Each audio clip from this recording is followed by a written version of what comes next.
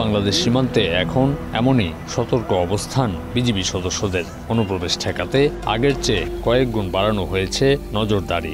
বাংকারগুলোতে ভারী মেশিনগান নিয়ে চলছে সতর্ক পাহারা।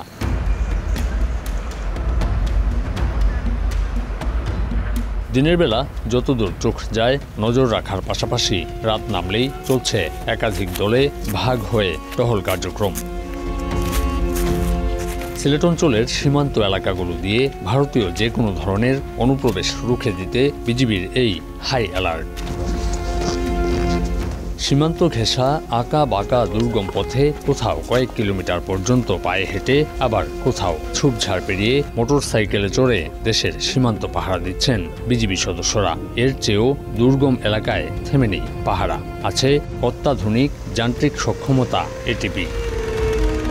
বর্ডার গার্ড বাংলাদেশ সীমান্ত সুরক্ষা, অবৈধ চোরাচালান প্রতিরোধ, অবৈধ অনুপ্রবেশ এবং বহির্গমন প্রতিরোধে সর্বোচ্চ সতর্ক অবস্থায় রয়েছে। নিরাপদ সীমান্তের জন্য সিলেট অঞ্চলে বিজিবির শতভাগ প্রচেষ্টা অব্যাহত রয়েছে। শুধু প্রয়োজন সীমান্তবর্তী মানুষের সচেতনতা।